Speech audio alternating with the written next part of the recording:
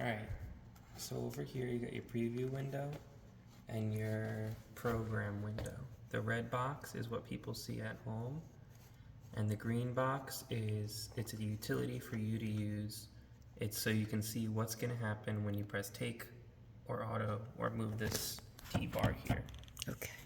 So, yeah, this one, or any of these. Right now it says background is selected, which means over here the background is going to be changing. So you can see the blue box stays right where it is, but the background changes. So just stay on this. When I push one of these buttons, it switches those two. Do that button again. One of these three. Okay. I'll do the same thing. So when I do that, it switches the views. So it goes, this one goes over here and this one goes over here. And the same thing happens on these rows.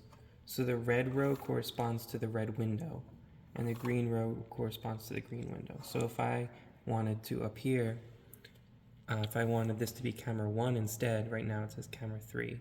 And you can see camera 3 has a little green box around it, showing you that it's in there. If I don't want it to be camera 3, I want it to be camera 1, I go down here, and I can see that 3 is currently in the green window. I want 1 to be in there. So now we can see up here, this switch to 1. And then if I was to go up, if I wanted to switch it onto here, then I would hit one of these 3 things. So now the pulpit is up there on camera 1. You can move your cameras around over here. You can see camera 1, camera 2, camera 3. I'm using the mouse now. All these little pictures up here are snapshots of what the camera was looking at when the preset was made. So you can see over on this one, there's the lectern. So if I click on it, it should move camera 1 over to the lectern. That was this one. Same thing over here. We can see camera 2. There's a view of the pulpit. So we'll watch camera 2. When I click this, it should move it over. Boom. And all you do is left click on those. And then the PowerPoint will plug into here. Oh, that I know. And that should show up right here. Okay. If it doesn't show up right there at the very beginning, what you do is you take your mouse, you mouse over this 4th window over here, ProPresenter 4, and you hit the gear. And then make sure that this source is selected as local input 2. It's written right here, local 2. So make sure that that matches.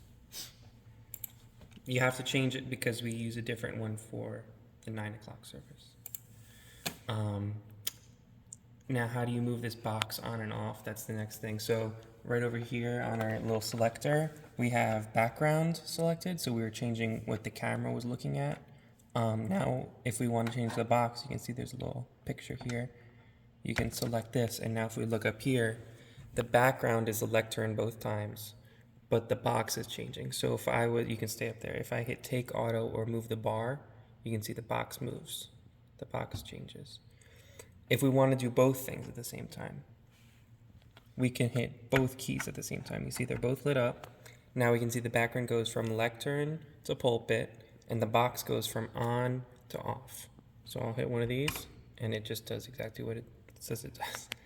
And then when you're done, you got to make sure that you select what you want to change. So now if the box is going to be off for a while, so like it's the sermon maybe, and then go into a prayer and you don't really need it up, you can change to background mode.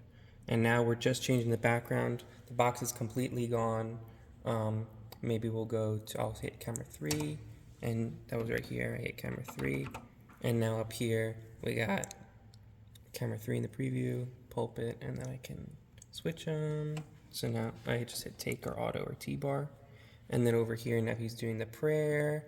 And then let's say he's done with the prayer, and now we're going to go on to a hymn. We want the box back up there. Go down here.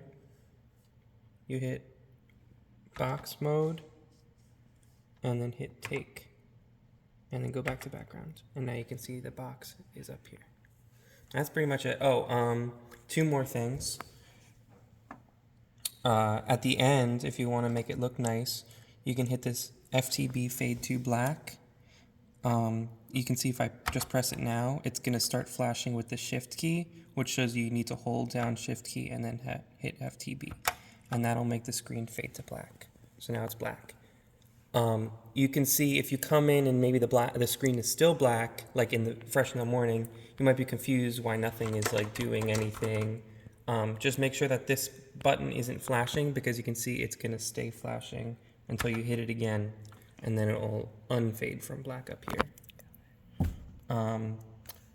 And then the last thing is just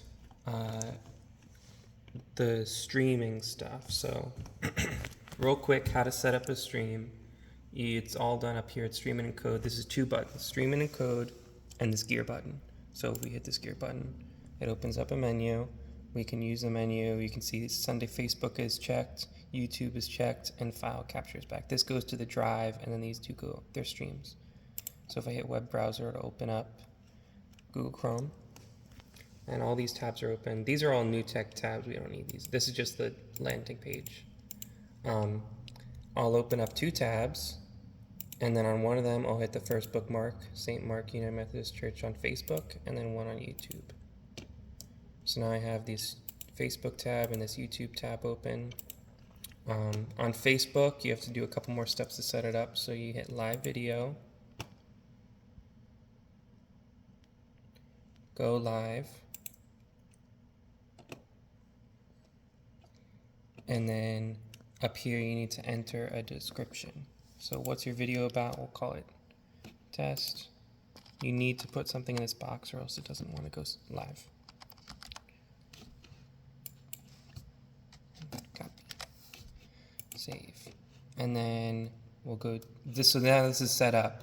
So if I mouse over here, it says connect video source, which we did not do yet, complete post details, and then go live.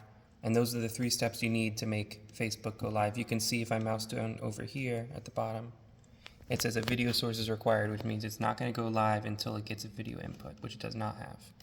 Over on YouTube, you have to edit your post details. That's over here at this edit button. You just enter in test, make sure you save. And now you can see the title updated. And this is just going to automatically go live once we start sending it video. So there's no blue button to press.